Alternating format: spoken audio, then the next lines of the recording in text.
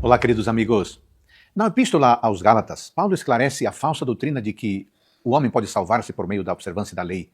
Isso se deve à apostasia causada por mestres judaizantes que argumentavam que os convertidos ao cristianismo deveriam seguir as ordenanças legais judaicas e exigiam a circuncisão de alguns líderes, como Tito. Paulo utilizou uma seção da carta para validar seu evangelho e sua autoridade, já que estava sendo questionado e acusado de pregar um falso evangelho. O tema principal é a justificação pela fé, rejeitando a ideia de que somos justificados por nossos próprios méritos, enaltecendo o dom gratuito da salvação em contraposição à visão de que é necessário cumprir os requisitos legais e cerimoniais judaicos. A lei é explicada como um tutor que guia os seres humanos a Cristo, que é o único caminho para alcançar a salvação. A salvação pelas obras é completamente incompatível com a salvação pela fé. Uma mistura dos dois é impossível.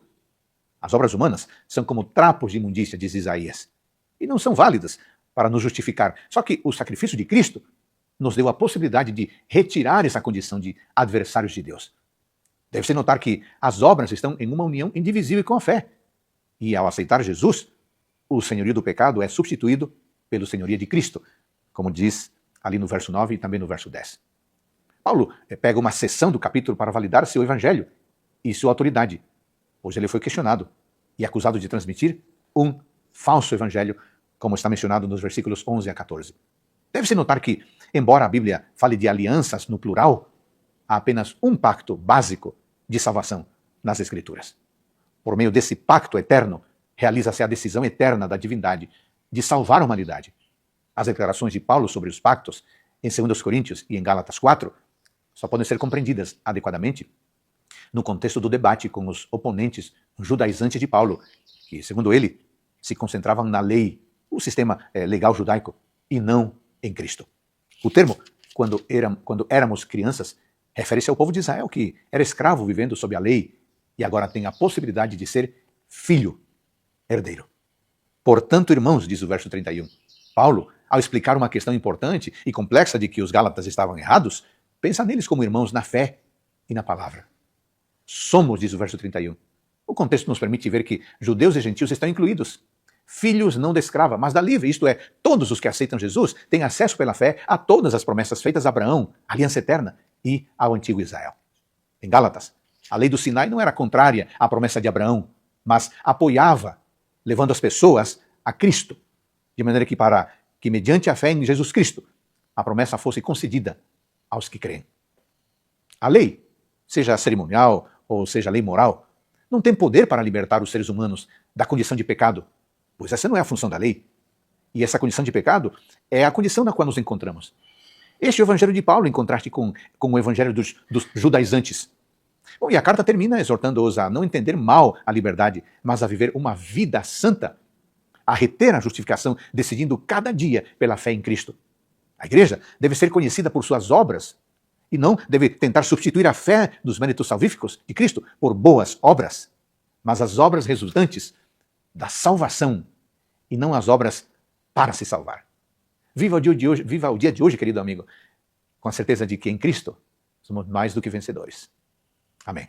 Dia 25 de maio é o dia da adoção. Neste dia, a sociedade se lembra de milhares de crianças que estão em abrigos esperando por uma família que aceite adotá-las. Infelizmente, muitas crianças têm mais dificuldades para serem adotadas por causa de sua cor de pele. Isso porque nos últimos anos a preferência por crianças brancas tem crescido, ao passo que crianças negras e pardas são a maioria que estão na fila de espera. Um termo usado para famílias brancas que adotam crianças negras é a adoção interracial. Esta expressão descreve pessoas que não olham as crianças como mercadorias que estão disponíveis para agradar um perfil de filho imaginado. O ideal é que as famílias em processo de adoção não façam distinção de raça ou cor. Toda criança merece ter uma família que a ame. Na Bíblia encontramos a imagem da adoção para retratar o amor incondicional de Deus pelo ser humano pecador.